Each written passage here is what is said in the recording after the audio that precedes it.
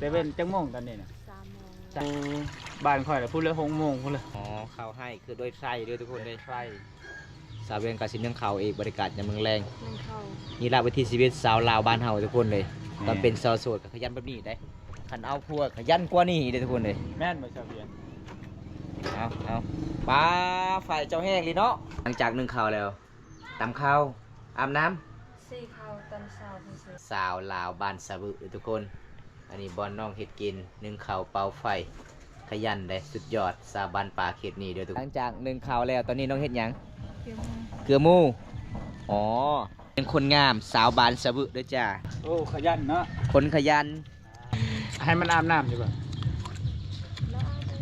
ถามเมื่อใดน้องเอาพวกเฮากับสิทายให้ FC ได้รับชมคาดองน้องแท้เท่าใดเด้อทุกคนปกติค่อยถามสาวเวียนว่าคาดอง35ล้านถ้ามีแม่เพิ่นว่า3ล้านกีบก็เอาแต่ความจริงแท้ประมาณเท่าใดเดี๋ยวผมตากาสิตามติดวิธีชีวิตสาวเวียนละลายทุกคนให้ FC ได้รับชม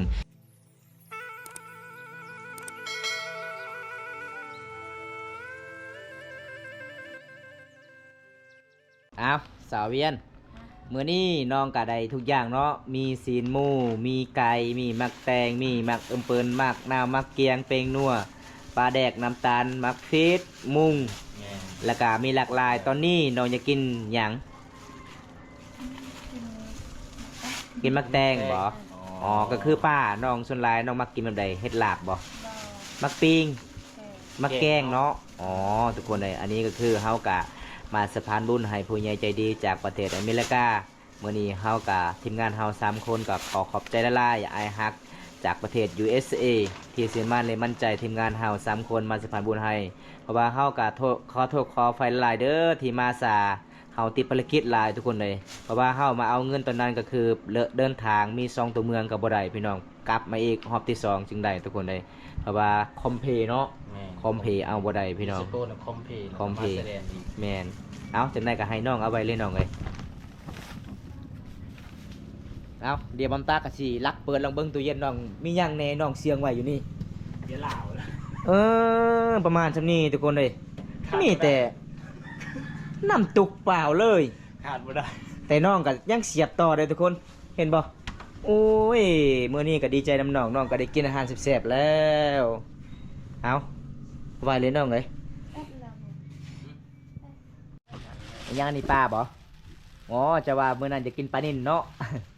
เอามื้อนี้ก็จะได้เพิ่มพลังเลยพี่น้องเลยเพราะว่าไปเยี่ยมไปยามน้องอยู่ไห้มื้อนั้นน้องกินแต่มะเขือกับมะขามทุกคนเลยกินไปแล้วแล่นเข้าป่าตลอดมันบ่เย็นใส่นี่นู่น เอาสอนเพียงก่อนบ่ใส่น้องกะใส่บ่เป็นแน่ น้ำในแช่นี่ก็ได้กับข้าวนี่ ตู้เย็นซาเวียนนี่ไม่ไล่แนวแล้วเนาะเต็มแล้วเนาะ กับข้าวในซองนี่ ไปเมื่อไรเห็นแต่กุตุกเปล่าอย่างเดียวเดี๋ยวทุกคนสาบันเจ้าเอิญมากไปอย่างปลาไหลบ่ปลาไหลไกลบ่เต็มเลยโอ้ยพี่น้องปลาไหล มาเกี้ยง ปลาไหลมาเกียกน้องก็สิแกะให้กินทุกคนใจดีเนี่ยลองก่อนจะลองกินมันก่อนจะลองกินมันก่อนแซ่บอยู่บ่ แล้วก็เหงาะ เหยาะบ่ เหยาะก็คือหยัง เหยาะไปหยังส้มบ่ เงียบ เงียบ บ้านบ่ เงียบไปบ่ว่านคือเหยาะเนาะ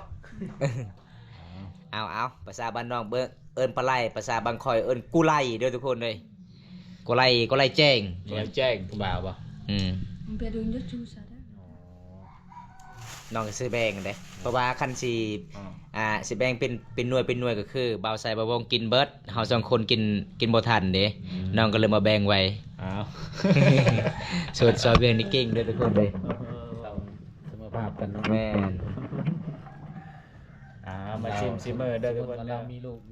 มีพัวเนี่ยโอ้ แบ่งเบิด แบ่งเบิร์ด แบ่งเบิด แบ่งให้กินเบิด ให้ลูกแบ่งใหญ่ๆก็ให้พัว แบ่งยัง ลูก มันของกิน แบ่งของกิน บัสเวียนสมมุติว่ามีผู้บ่าวของไทยนี่สิไปเยี่ยมยามเจ้าหยังใดคือเก่าบ่ ได้ โอ้ยังใดคือเก่าเนาะ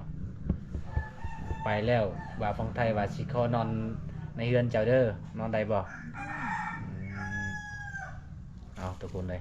ว่าฝั่งไทยคนใดสิไปเยี่ยมไปยามน้องก็ยังไปได้คือเก่าเพราะว่าตอนนี้เป็นยังไงโสดคือเก่าบ่หรือว่าจะมีแล้วโสดคือเก่าอ๋องานวันนี้โสดคือเก่าเนาะ แม่น ประมาณจักปีน้องสิเอาผัวนะ ไม่ได้ก็ได้ปีใดก็ได้อ๋อปีนี้ก็เอาคันมีคนมัก อืม เว้าแท้หรือเว้าเล่นฮะ เอาไทยหรือเอาเล่น แท้เด้อ เว้าแท้ อ๋อ เว้าแท้แต่แพ้เขาบ่ฮัก อืม อืมอย่างอีกน้องแกะนะ อ๋อ ใส่เลยกินเลยครับเบาใส่กินนั่นน่ะ เฮ้ยหากระซองเทื่อกินมาแอปเปิ้ลนี่ ช่างเทือนี่แหละ โอ้ กินแล้วบางวงซื้อคนนี้ เดินอ่ะ ไม่ได้ซื้อให้เขาเมืองแต่บ่ได้ซื้อ มันแพงบ่น้อง ไม่แพงแต่บ่มักซื้อ อืม ภาษาบ้านน้อง เอิ้นกินมาก ไปว่าจังได๋น้อ จะปลาไหล จาปลาไหลเด้อ จะปลาไหล ผู้บ่าวบ่ผู้บ่าวไปว่าจังได๋เพิ่นรั่ว อืม อ๋อจาปลาไหลเด้อเพิ่นรั่วก็คือมาเด้อผู้บ่าวกินน้ำกันบ่กินมากอีหยัง บ่ฮู้อีก บ่ฮู้อีกแล้ว แล้วไอ้เพิ่น มักเอ็มเปิ้ล ผู้บ่าวกินมาไอเปิ้ล เอ เนาะ ภาษาเฮาบ่ฮู้เนาะภาษาบรูเนาะภาษาบรูคือปลาไหลภาษาบอมตาคือกะไหลเอาตัวใดถึกตัวใดบ่ถึกทุกคน มาเยี่ยมมายามเพิ่นมื้อนี้เพิ่นต้อนรับเป็นอย่างดีเด้อทุกคน นี่ผู้สาวเขตนี้งามมันกินมากผลไม้พี่น้องเอ้ยงามแบบธรรมศาสตร์เด้อแก้มแดงๆนะใส ทุกคนนี่ ๆมาจวดน้ำกันเด้อทุกคน ปลามันเลยเองฮะ ชีกรอมื้นแอมบ่ ต้นแอมบอก มื้นแอมคือบ่แซ่บสีขาวบ่น้อง สียัง น้องมักสีแดงเนาะ สีแดง อ๋อ บ้า เป็นยังไงเนาะซาเวียนแซ่บหลายบ่น้องแซ่บเนาะเพราะว่าบ้านเฮาก็บ่เคยกินหมักอึมเปิ้ลเนาะครับเมื่อใดน้องเอาพัวเฮาก็สิถ่ายให้ FC ได้รับชมคาดองน้องแท้เท่าใดเด้อทุกคนปกติค่อยถามซาเวียนว่าคาดอง35ล้านถ้ามีแม่เพิ่นว่า3ล้านกีบก็เอา แต่ความจริงแท้ประมาณเท่าใดเดี๋ยวน้ำตาก็อาจสิตามติดวิถีชีวิตซาเวียนละลายทุกคนให้ FC ได้รับชม แต่เว้นจังโมงตอนนี้น่ะ 3 โมง 3โมงแต่เว้นแล้วเนาะบ้านข่อย แรงแล้ว แรงเลย เออหมู่บ้านนี้4โมงก็ไก่เข้าคอกเลยเด้อ แม่นบ่ เออ โอ้บ้านข่อยน่ะพูดเลย6โมงพูดเลย หมู่บ้านติดกับติมภูเขาเด้อยู่ตำป่าตำดง อ่ะ เข้ายังนี่ใช่เป็นเข้าให้บ่อ๋อเข้าให้คือโดยไส้ด้วยทุกคนเลย ไฟ สาวเวียนกาสิเมืองเขาเอกบริการยามเมืองแรง นึ่งเข้า นี่ละวิถีชีวิตสาวลาวบ้านเฮาทุกคนเลยตอนเป็นสาวโสดก็ขยันแบบนี้ได้คันเอาพวกขยันกว่านี้เด้อทุกคนเลย แม่นบ่ชาวเวียน เอาปลาฝ่ายเจ้าแห้งเลยเนาะโอ้ลุกแห้งเลยทุกคน เบิ่นๆเลย อืม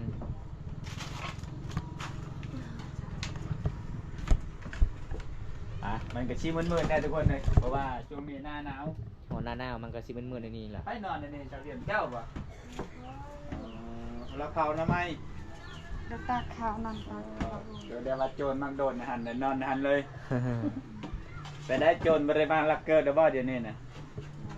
บ่แล้วทุกคนวันนี้เฮามาอัปเดตวิถีชีวิตชาวเวียนหมดมือทุกคนให้ทุกคนได้ชมเพราะว่าหลายมือแล้วเฮาบ่ได้ไปหาเกือบเป็นเดือนเนาะ แม่นรายเดือนแล้ว โอ้ ประตูคักเลยเนาะ ดูคัก เฉพาะโจรมักปีนไปทางนั้น ทางนั้นมันจะว่าโจรโตนมือนั้นนะโอ้เอานั่งเล่นน้ำแอนกับน้องก่อนทุกคน หลังจากนึ่งข้าวแล้วตำข้าวอาบน้ สีขาวตอนเช้าเพิ่นซื้อ ำเจ้าซีข้าว สีขาว อ๋อซีข้าวเจ้าเอาหามาน้ำบ่ไม่ได้เอาหามนะ บ่ได้เอาเลย เป็นยังปะเลย เอา นี่เห็นบอกคอยทานแล้วบ่เอา เอานี่ละพี่น้องไงลองคนงามสาวลาวบ้านสะบึทุกคน อันนี้บอลน้องเห็ดกินนึ่งข้าวเป่าไฟขยันได้สุดยอดสาบานป่าเขตนี้เด้อทุกคน น้องเจ้าบ่ได้นึ่งบ่ชาวเวียน เยอะนะ มีแต่ผู้ชายน้องเจ้าเนาะ ผู้ชายเขาบ่นึ่งข้าวบ่ ผู้หญิงก็คือมีแต่ผู้เดียวเจ้าอยู่เฮือนน่ะบ่แล้วก็ไอ้แม่ สิเหมือนว่าชาวเวียนเมื่อเฮือนผัวเลยไผนึ่งข้าวซอยแม่ อีแม่ เอาสิเหมือนอีแม่เจ้าออกไปชวนสิมื้อได้ บ่น้องคอยเขาบ่ซอย โอ้ค่ำก็คือค่ำ เขาอดเลยเนาะเขาหิวข้าวจำได้เขาก็อด ก็คือแม่จะมาแต่ให้ค่ำก็คือต้องนึ่งต้องตักน้ำอีกทุกคนนี่แหละ เวลาจะเอาผัวให้มันฮอนอายุ15ปีเด้อซอยเวียกอีแม่ก่อน แม่ลูกขังหน้าไฟจะบอก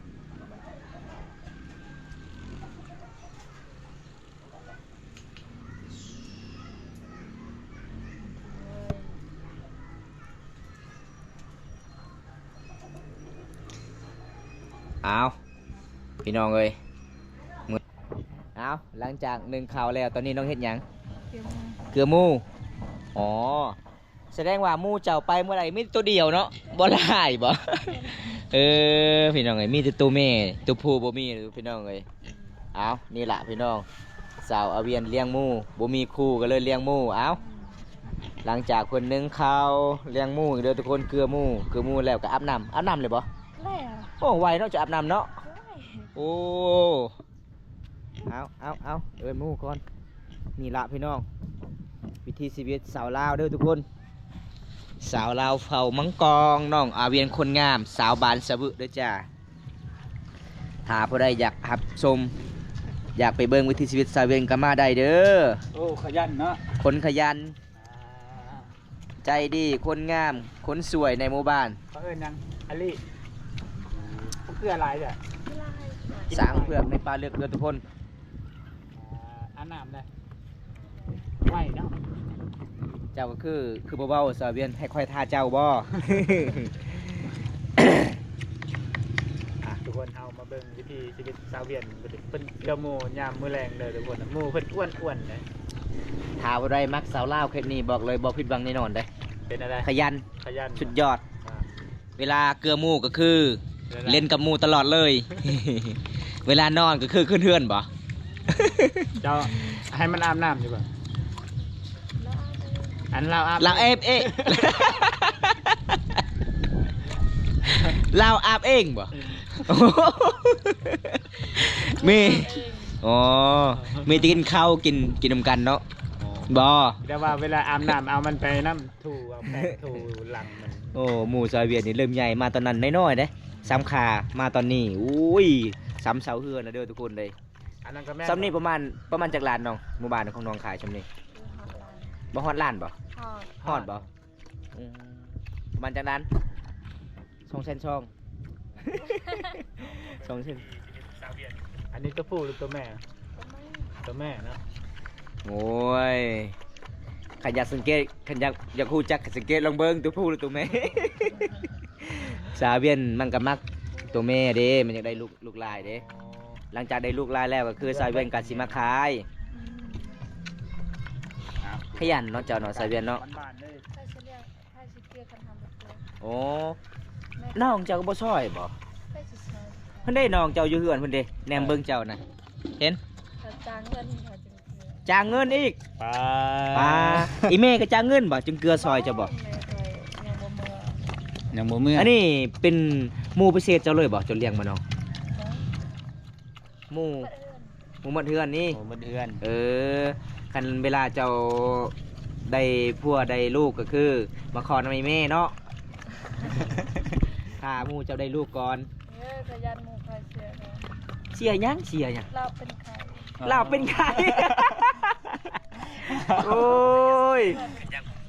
อย่าพี่น้องเอ้ย เราเป็นใคร มันเป็นใครก็บ่แม่นเนาะเรา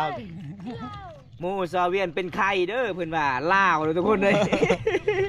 นี่ถ้าบ่ได้รู้จักมันยังคือลาวชาวเวียนบอกว่านี่หมู่ของลาวเลยทุกคนเลยคือลาวเด้เพิ่นมาบอกชื่อเอ้าหมู่ของน้องนี่น้องบ่ได้ตั้งชื่อบ่ เอาตังค์เลย มาตั้งเลย เวลาจะเอิ้นได้จ้ะ อ้าวอีด เอิ้นได้ เจ้าคือบ่ตั้งใกล้ๆกับชื่อเจ้าเลยคล้ายๆกับชื่อเจ้าเลย เจ้าชื่อสาวอาเวียนอันนี้ชื่อนาง อามาดป่ะ บ่แม่นนางเลียน นังเลียน เลียนคำ อ๋อ กินแท้กินหวานเนาะนางอาเลียนเนาะ เพิ่นว่าใส่น้ำเอกเพิ่นว่าน่ะเพิ่นบอกให้ใส่น้ำ มาเริ่ม เออ มาเริ่มหน้ากระทองแล้วนี่ เออเริ่มแล้วนี่เริ่มได้ลูกแล้วเด้ เริ่มได้ลูกเลย เออ ไหวดิชาวเวียน บ่มีตัวแม่ตัวผู้ก็ได้ลูกเนาะ ไปทุกที มันไปทุกที่ หมู่ซาเวียนเป็นหมู่ไปทุกที่ก็เลยได้ลูกเอา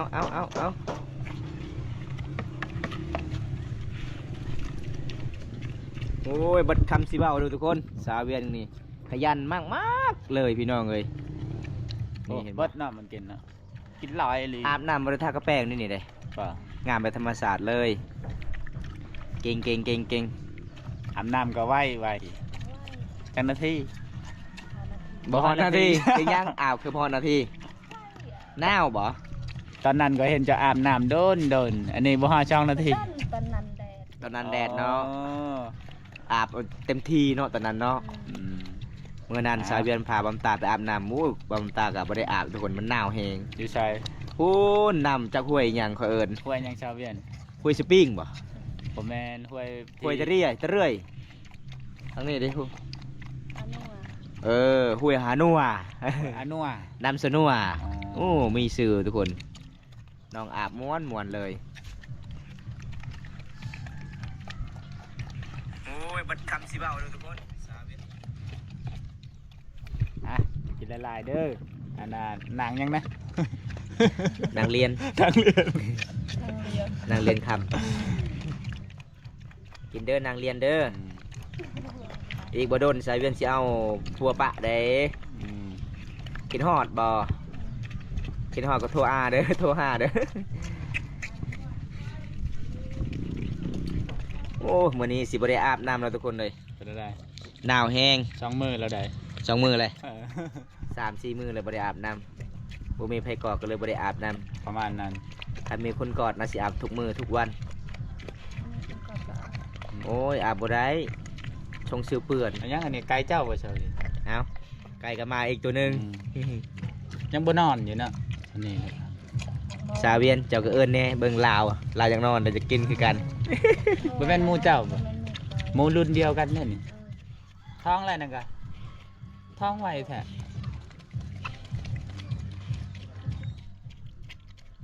หมูก็ตัวเบิ่งใหญ่ประมาณห้องบ่15 โลบ่สาวเวียนหมูเจ้านี่จักเดือนแล้ว บ่ฮู้เลย เอ้าแต่ข่อยไปตอนนั้นกับพี่มันกับละเอกยังนิดหน่อยดิหมูเจ้าได้ ใหญ่แล้ว 11 ปีแล้ว แต่ว่าตอนสิเจ้าไปนั่นก็เป็น11 เดือน11เดือน12โอ้เดือนหนึ่งเนาะเดือนหนึ่งก็ใหญ่เลยทุกคนเลยน้องใส่หยังมาคือใหญ่แท้ใส่ห้ำแม่นบ่ใส่ห้ำเออ อ้าวดีๆเด้อน้อง พี่น้องเอ้ย ได้ กินเลิก เอ้ยหมูเพิ่นว่าใหญ่ย้อนกินใส่ห้ำเด้อทุกคนห้ำอ่อนๆเนาะห้ำหรือหำห้ำโอ้ เอาถ้าบ่ได้อยากเลี้ยงหมูก็คือมาหาสาวเวียนโลดสาวเวียนก็สิบอกเด้อสูตรเลี้ยงหมูทุกคน อันนี้อายุหมูของสาวเวียนประมาณ1 เดือนเต็มเบิ่งทุกคน บอกว่า1 เดือน ประมาณ10 ปลายกว่าโลได้เพิ่นใส่ห้ำ หลายเดือนแล้ว ใส่ห้ำอ่อนๆเด้อทุกคนเลยนี่อันนี้คือมันยังนี่น้ำยังนี่นะน้ำมั่วอ๋อน้ำมั่วสระผมก็ได้บ่ได้เนาะเกลือหมูก็ได้เอาใส่ต่อโอ้ขยันเด้อทุกคนขยันสาวลาวเขตนี่มุดคำสีเว้าเด้อทุกคนเลยสุดยอดถ้าบ่ได้เป็นแฟนกับสาวเวียนนี่บ่ผิดหวังเรื่องหมูบ่ไก่บ่ปลาบ่เพิ่นเลี้ยงทุกที่ เพราะว่าจะเป็นพวกก็เลี้ยงเต็มที่พี่น้องเลยเอาปลามาซ่อนให้กินหมูเป็นว่าใหญ่ยันกิน อันนั้นก็แม่นบอกไก่จน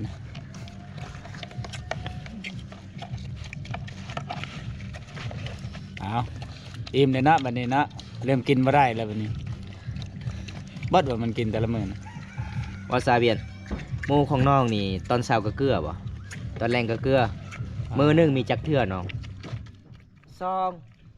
น้องเว้าหยังซองแม่นเจ้าซองเบิ่งข่อยล่อบ่ ไปซองบนเงินเขา เบิ่งข่าวขี่รถโอ้ข่อยเลยคิดว่าเจ้าซองเบิ่งข่อยล่อข่อยกันเลยอดได้ อด เอาทุกคนนี่ เบาเล่าบ่ทึกเลยพี่น้องเอ้ยโอ้ยพี่น้องอดคืออายเด้อทุกคนเลย อ๋อเนี่ยนั่นบ่ ดีใจบ่ะ โอ้โอ้นั่นดีใจ เอาเปิดกระเป๋ให้ออดคือดีใจเด้อตา กินหลายเนาะ เพิ่นแนมเบิ่งตลอดทางนี้เด้อทุกคน แม่ น่าจะแม่นซาวเวียนนี่แนมเบิ่ง FC เลยเบิ่งทุกคนเพิ่นแนม FC นี่เฮ้ยบ่ FC งามบ่งามแบบธรรมชาติเด้ซาวเวียนเด้บ่ได้ทานกระแป้งบ่ได้เสริมหน้าบ่ได้เสริมตาบ่ได้เสริมดังงามแบบธรรมชาติเลยเด้อ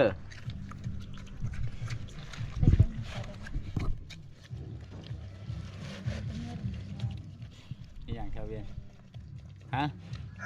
มันเต้ไม่ไป ป้าดงมาก็จังเนี่ย ลงเน่า ดงจังเนี่ยก็ไปมาแบ่งกันอีกหน่อย อ๋อ อ้าวเพื่อนเจ้ายังบ่ได้กิน ดงเจ้า จ้าเจอดุดงไหม จะได้ ใจดงไหมจ้าเหรอ ก็ตาฮะดงไหนเจ้าซ่ามาอย่าเอียนเฮ้ยมักบลังนั่นแหละเรียกว่าบนจำ ตัวเนี่ยจ้าละหนึ่งเน่าจ้ารัวกี่แต่เบอร์เฮเปอร์ก็ยังไม่เบียร์เนี่ย เอาไป แต่เบอร์ ข้างเลย แต่เบอร์มันเปิดตัวกันได้ ข้างเลย เกี่ยวมันตั้งให้ไหม อีเจ้าก็ไปจังเนี่ยนายจุด ตันได้ อยู่ใช่อยู่นี่นะนี่มันบ้า นี่ตาเราให้ตัว ก็ นะ บอกว่า ว่าแม่นเจ้าละบอกนี่เราสี่นี่ เขาสัตว์เลยว่าเขาใส่ว่าเขาว่ามาอื่นกินเนี่ยบันคอย แม่นจ้ะ จะเบิ้งเลยบางสิ เบิ่งเจ้าตัวเด้อ โอ้ยสาวเวียนนี่กินงะบ่บอกเฮาแล้วบ่บอก FC แล้วสาวเวียนนี่กินหลักเลยเด้อทุกคนเอ้ยเอาห้ามหมดเลยเด้น้องใส่น้ำต่อหมูเจ้าสิอิ่มเลยบ่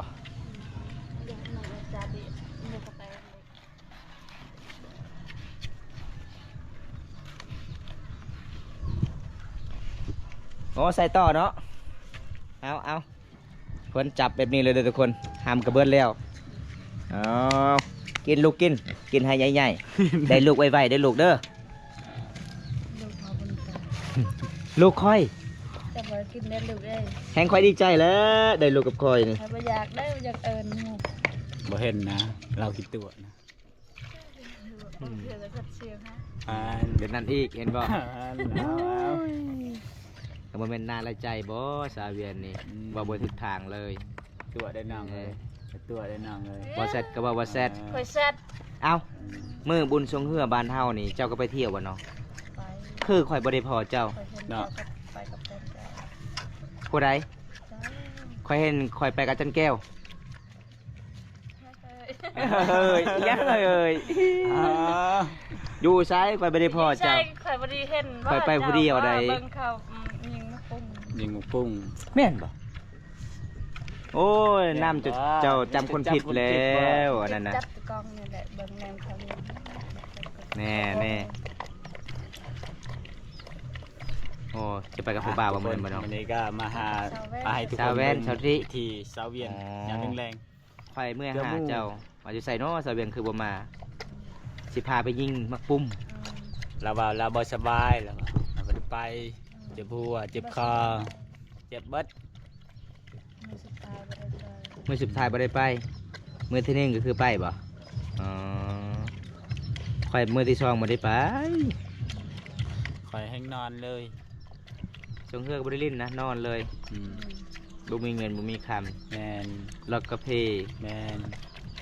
ตีนกระแวบ แมน คักเนาะหมูจะกินป๊อบแสดงว่ามันหิวแห้งเนาะสายเบียนเนาะโอ้แสดงว่าเจ้านี่ตอนเช้าเจ้าบ่ได้เกลือ เกลือ เจ้าไปใส่มื้อเช้านี่คือเราหิวแห้ง ไม่ได้ไปใส่ มันอยู่เฮือนเอากินพันอิ่มแล้วก็สายเบียนก็สิลมผู้บ่าวตอนแรง บ่ต้องแอวอีเด้อ จะบ่ขังมันบ่บ่ได้ขังเลยปล่อยเลยบ่เนาะโอ้คือมันกินอิ่มแล้วมันนอนตัวทิพย์เลยบ่มีมอน ห มั มู่ น บ้าน นอน ขอ นี่ งน้องนี่ก็สบายเนาะเลี้ยงเป็ดเลี้ยงไก่เลี้ยงหมูปล่อยเลย มีแต่ยามแรงในเอิ้นเด้ เอิ้น เอิ้นมาบานอีดขันไก่ก็ แต่คันมันไปเกินลูกก็จะสิหาเห็นครับ เอามือมาลองมือ ลาวเอามือเออ บูเอง อ๋อ โอ้ แล้วนั่นอยู่ เรานอนอยู่ไส มูนอนดีกว่าได้แล้ว2-3มื้อแล้วก็ โอ้ย ลาวเอามือเพิ่นว่าถ้าได้ลูกก็แม่เลยเนาะหมู่บ้านเฮาเนาะหมู่บ้านเฮาก็บ่ได้ใส่คอกบ่ได้เฮ็ดคอกได้หมูได้ไก่ก็เลี้ยงปะปล่อยเลยทุกคนเลยแบบดั้มเดิมหมู่บ้านเฮาดำรงชีวิตแบบเดิมๆแบบโบราณเป็นหมู่บ้านอยู่ตามป่าตามดงสุ คือ ด มัน ยอ ไป ด เกิน หลา ลู ย กเกินอยู่ป่าพุ่น ก็อยู่ป่าเลย เกินแล้วก็มันก็เอามาแบบนี้ เวลามันอยากหิวข้าวหิวน้ำมันมาเองเลย โอ้ คันเวลาเฮาหาบ่เห็นเฮาเอาหม้อหนึงเฮาก็เอิ้นใส่หม้อก แน่ ลับ นอน มาบ้านเด้อมันก็มาเลยเด้ โอ้ก็เรียกว่าโอ้เวียดเอาไปชายแดนแล้ว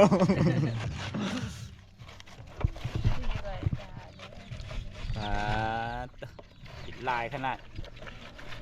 ตุ้ยเลยได้เบิ่งมันกินแห้งเลยโอ้กินแท้กินว่า ว่าแม่นมันท้องบ่ มาเจ้าของหั่นนะกินข้าวบ่หลายหมูนี่เบิ่งปู๊ กินแล้วบ่ข้าวน่ะ กินนี่จน ยัง เมื่ อยู่ อยเบิ่งพี่น้องเอ้ย มันมื้อยังบ่ได้กินอยู่ตอนนี้ โยกจะดอยยังบ่ทันกินข้าวบ่เป็นหยังคือบ่ทันกินข้าวบ่แม่นน้องละหลายใจอกหักบ่โอ้อย่าอดข้าวหลายเด้น้องเอ้ยเดียวกับอายุเฮาบ่ดนเลย ใครสิอยู่ดน ประมาณจักปีเจ้าสิอยู่ได้ ต้องให้เสีย โอ้ยยอกสาเวียนทุกคนน้องอดข้าวอดน้ำเพิ่นว่าอยากได้หุ่นดีๆนะถ้ากินข้าวกินน้ำเพิ่นว่าตุ้ยคืออ้วนคือหมู่เพิ่นว่าไปใส่บ่ได้ รวมเดือย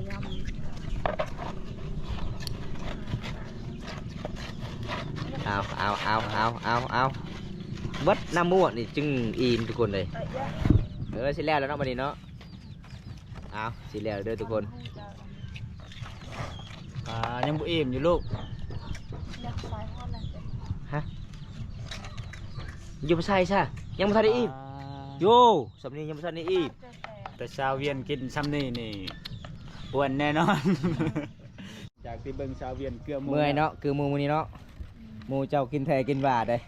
เบิ่งคือสิแซ่บหลายข่อยก็อยากคือกินคือกันเด้อน้องเอ้ย เอาสายเวียนจังได๋เฮาก็สิกลับกันเด้อน้องเด้อวันนี้ก็ขอขอบใจหลายที่พาอ้ายได้รับชมวิถีชีวิตน้องเห็นวิถีชีวิตน้องก็ลำบากหลายทุกคนน้องหลังจากน้องนึ่งข้าวเป่าไฟเฮ็ดกินน้องก็สิเกลือหมูเกลือเป็ดเกลือไก่เด้อทุกคนอันนี้เป็นบ้านสาวเวียนเด้อทุกคนถ้าบ่ได้อยากมาหมู่บ้านสวึก็มาได้เด้อ